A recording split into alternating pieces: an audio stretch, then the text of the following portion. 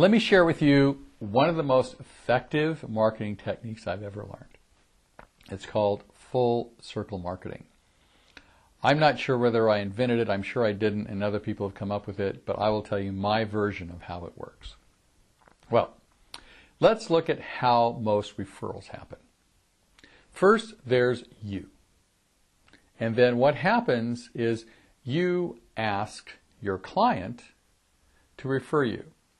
And then your client refers you to your prospect, and your prospect calls you, and you may or may not make the sale.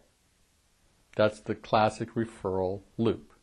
Now, when you're looking at how that works, let's take just ratios and percentages here. The chances of you asking your client for referrals, let's say it's 20%. Some you ask, some you don't ask. Let's say there's a 20% ratio of you asking your client for referrals. That's fine, we're at 20%. Now, in order for that to work, your client has to tell your prospect about you. And let's say there's a 20% shot of that. But this is 20% of 20%. So we're now down to 4% as far as I know. It's 20%. I think it's 4%. So we're not too good. We're only 4%.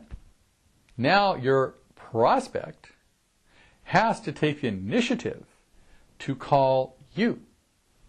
Let's say there's a 20% shot of that. But now we're at 20% of 20% of 20%. We're down to like 0.8% of this loop actually happening. And the weird thing is, it actually works. Because people eventually may call you and say, hey, I'm interested in your service. I heard about you from my friend George. Oh my God. And look at the rate, 0.8%. Now what if we kick this up by 100-fold? Would that be awesome or what? That's the way it works. So when you have your client, instead of mentioning it 20% of the time, you go to your client and say, you know what? I would really love to have more clients just like you. Again, it's got to be the truth. If you don't want them, don't ask them, because they'll refer people like themselves. If you find a client you really like, say, I would really love to have more people just like you. And then what happens is what they will do is say, sure. Now you're at 100% because you've asked for the referrals 100% of the time. And you want to get the names of the people that they're going to refer you. Now, names can be any kind of a list, a Christmas card list. It's really cool nowadays because everybody has like a database.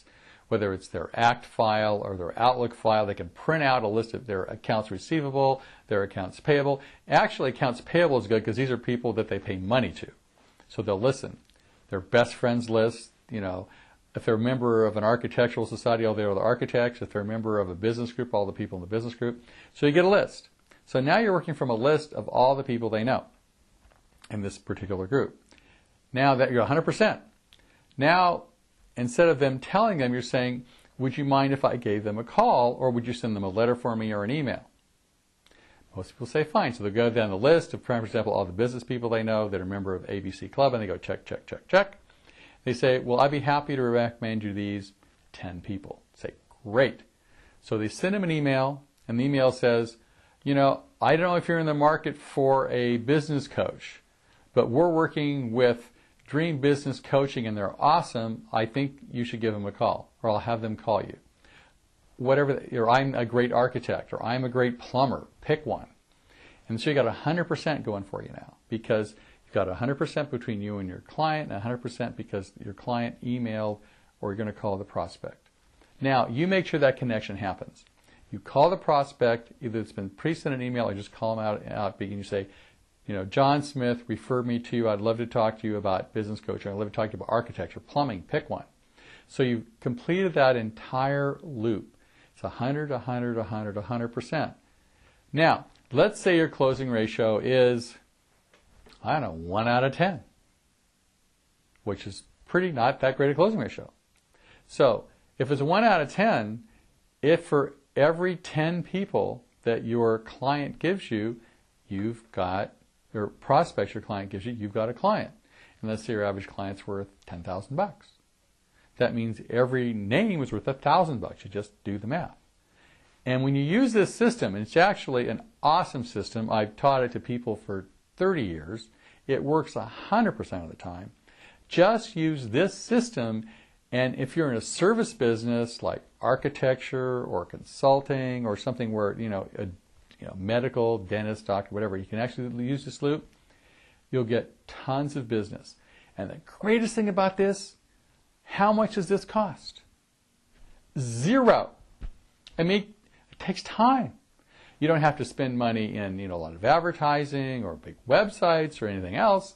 You actually use the referral loop, which is word of mouth, the best in the world for advertising, and it costs you zero. But you have to do it, and you have to implement it just like I talked about, or it will not work for you. Use this technique. It will change your life. One way of what I call activating your natural market, and that is working with the people you already know. And we've used this very effectively for people to get the first people they call on.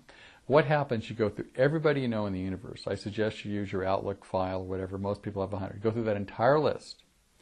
Mark them 1 to 5 on how you know them. 1 being a person you can't quite remember the name, 5 being your best buddy. And 1 to 5 on their ability to produce business. 5 being somebody who can produce business for you right now. 1 being a person who may never produce business for you. Then you put them on an Excel spreadsheet or yellow pad, whatever. You go through, take a list of people, and you categorize them 1 to 5, 1 to 5, 1 to 5. And you start with the 10s. Because you only got so many resources in the way of time and money to actually go after these people. So it's important that you call on the right people that you know. So start with the 10s and work down. And then you can shift this list every couple months or so. But it's a very good way to know if you've got very little time to spend, where to spend it. You probably heard that you're trying to find somebody's pain when you sell them something, right? That's the way you close stuff. Well, in order to find their pain, you've got to get them to sort of come out of their shell and tell you. They're not going to say, "Hi, I'm Paul, and my pain is I'm broke," or "Hi, I'm Paul, and my pain is my employees are terrible," or whatever it is. So, in order to ask an open-ended question, you say something like this: "Hi, and I'm Paul, and I'm from Dream Business Coaching. And if I had a magic wand and directly connected to God, whatever his or her name may be, and go zap and change your business in a way as a coach, what would that be?" And then you shut up. That's the key. They will talk. And they will tell you their pain. They'll say, "I'd like to make more money in less time and have more fun."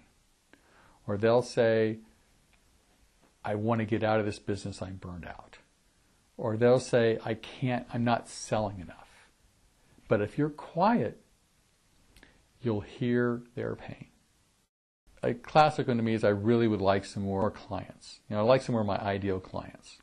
Then you turn that into a sale. You say, "If I can show you a way to find your ideal client, would you be interested in doing business with me?" And then you shut up. And they're either going to do 2 things. They're going to answer, "Yes, great," or they're going to answer with an objection. They're going to say, "Well, I'd love to, but I have to talk to my dog." And then you restate the objection. "I understand you would love to talk to your dog. And then, but after you talk to your dog, if I can show you a way to, find more clients, would you want to do business with me?" You usually got to close 4 to 5 times to close a sale. Most people give up way too early. It will work. So, effective sales question, the magic wand question, works pretty much for any service I've ever dealt with. You sell benefits. You don't sell features. Here's a commercial. It's indelibly in my brain. There was a roadhouse out in the middle of nowhere. And there was 3 guys standing around a motorcycle. And there was one attractive woman walking toward the motorcycle. Now, the commercial is pretty simple. The woman walks out toward the motorcycle. She looks around. 2 guys look really sad. And 1 guy looks really happy. She looks at the guy who looks really happy, and she gets on the back of the motorcycle and rides off. That's what they told you. They were selling the benefit of the motorcycle. Get the girl. They weren't telling you how many cc's it had, how fast it was, what the compression ratio was. They were selling the benefit. Buy the bike, get the girl. So when you're selling something, you sell the benefits. When you're selling a car, sell the fact it goes really fast and it's really cool. And this gets pretty crazy even in advertising, because they probably convinced you that if you drink this beer, you'll be much more attractive than if you don't. Which is sort of nuts, but some of us believe it. So sell benefits. Do not sell features. That's how you close the deal. Because emotion closes sales, not logic.